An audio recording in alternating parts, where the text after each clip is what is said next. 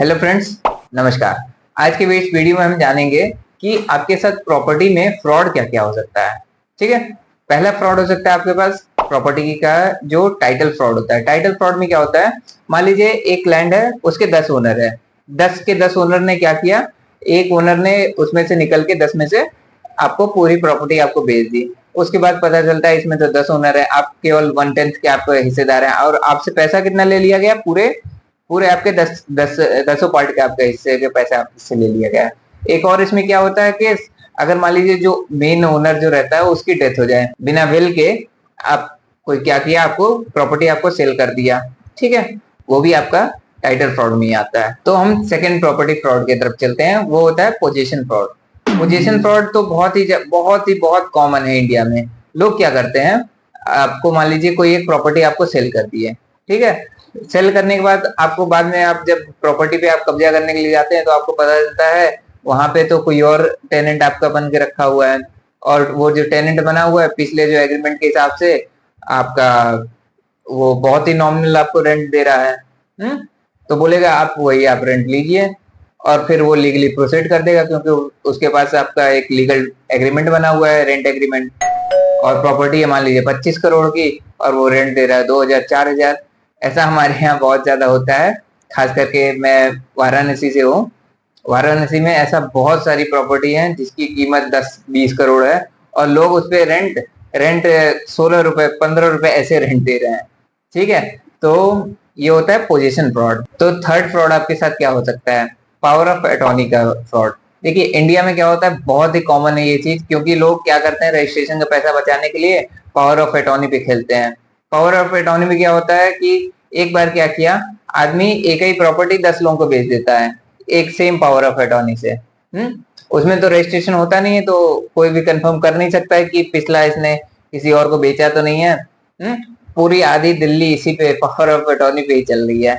मैं आगे कुछ नहीं कहूंगा, इसी पे मैं अपने वर्ड को शांत करता हूँ। अब चलते हैं अगले पे। तो मैं केवल आपको फ्रॉड बता के तो रहूंगा नहीं, तो इसके जो प्रिवेंटिव मेजर्स हैं उसके बारे में चर्चा करते हैं। फर्स्ट आप कर सकते हैं लीगल डिलिजेंस कर सकते हैं। लीगल डिलिजेंस में क्या होगा, आप किसी एक एडवोकेट को हायर कर लिए और आपने बता दिया ये प्रॉपर्टी है, ये आपका टाइटल डॉक्यूमेंट है, इस पे आप मुझे प्रॉपर रिसर्च करके बताओ इसी के नाम पे है कि नहीं, इस पे कितने सारे वारिस हैं, आपका जो पिछला जो ओनर था वो क्या था, इसका म्यूटेशन।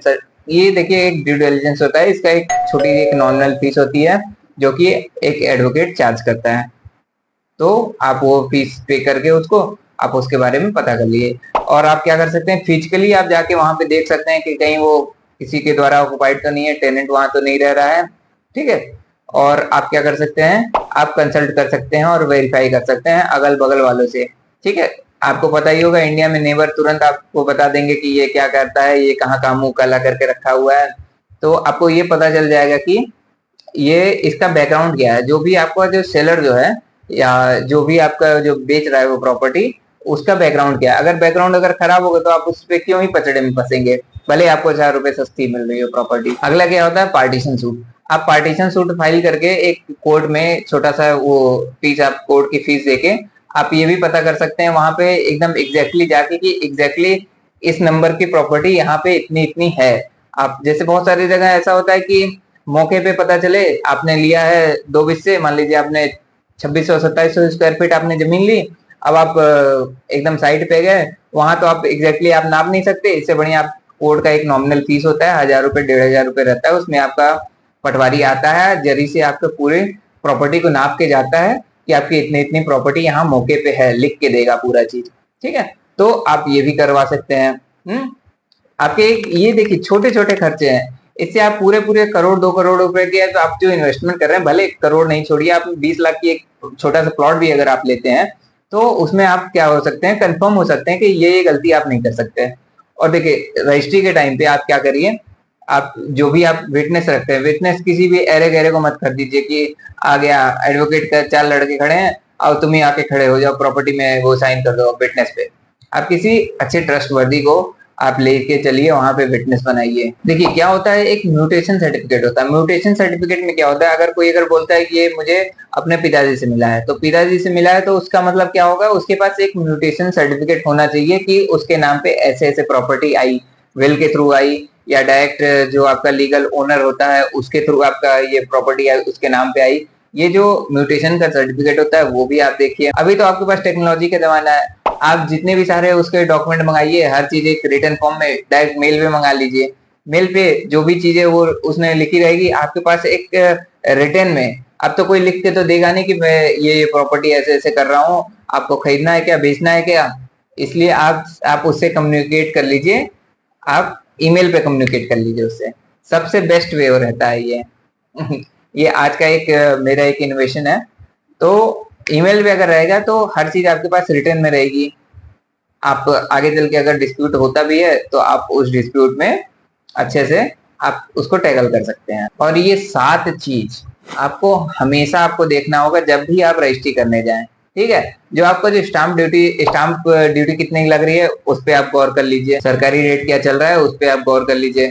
ठीक है, जो आपका सेल डीड में जितना भी चीजें लिखी हुई है वो आपका क्या क्या लिखा हुआ है वो सारी चीजें आप प्रॉपरली एक बार पढ़ लीजिए। अगर आपको पढ़ने का मन नहीं है तो आप एक एडवोकेट साथ में रखिए, वो प्रूफ रीडिंग फट से कर देगा आपका, वो क्लियर आपको बता देगा हाँ हाँ सब चीज ठीक है, या ये पॉइंट कमी है तो तुरंत उस पॉइंट को आप अपने सेल डीड में डलवा दीजिए। ठीक है, आपका जो प्रॉपर्टी का जो नक्शा जो है इतने बाई इतना, मान लीजिए कोई भी अगल बगल से जो भी मेन हाईवे जाता है वहां से आपका एक नक्शा बनता है कि यहाँ पे आपका प्रॉपर्टी लोकेटेड है, इतने बाई इतने की प्रॉपर्टी है। वो सारी चीजें चौहद्दी बोली जाती है इसको हिंदी में। तो आपका वो चीज आपका क्लियर हो जाएगा। ठीक है, आपका वहां पे जो एनकम्बरेंस सर्टिफिकेट है वो भी बहुत ज्यादा जरूरी हो जाता है कि आप पटवारी या लेखपाल से आप पूछ सकते हैं कि इस पे कोई लोन तो नहीं चल रहा है, उसका एक सर्टिफिकेट बनता है वो आप ले लीजिए। पोजीशन वहां पे है कि नहीं, पोजीशन सर्टिफिकेट आप उससे ले लीजिए। इस टाइप से ये 5-7 चीजें जो हैं वो आपको बहुत ज्यादा जरूरी होता है। एकदम रजिस्ट्री वाले दिन ये सब चीजें चेक कर लीजिए। यही सब फ्रॉड पहले बिल्डर बड़े आराम से कर दिया करते थे लोगों के साथ। तो अब क्या आ गया है, एक रेरा आ गया है, real estate regulating authority.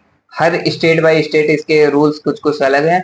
Central rule एक बना हुआ है जो कि सेंटर ने बना दिया है, ये रूल मस्ट होने चाहिए। उसके बाद कुछ ना कुछ स्टेट, क्योंकि देखिए लैंड क्या है, लैंड आता है आपका स्टेट बिल में, मतलब कुछ कुछ कानून अलग अलग है। तो अगले वीडियो में मैं आपको पूरा पूरा रेरा आपको एक्सप्लेन कर दूंगा, क्या क्या उसके बेनिफिट्स हैं वो भी एक्सप्लेन कर दूंगा मैं। तो आप बताइए वीडियो कैसा लगा, लाइक शेयर सब्सक्राइब जरूर कर दें, उससे मुझे एक मोटिवेशन मिलता है।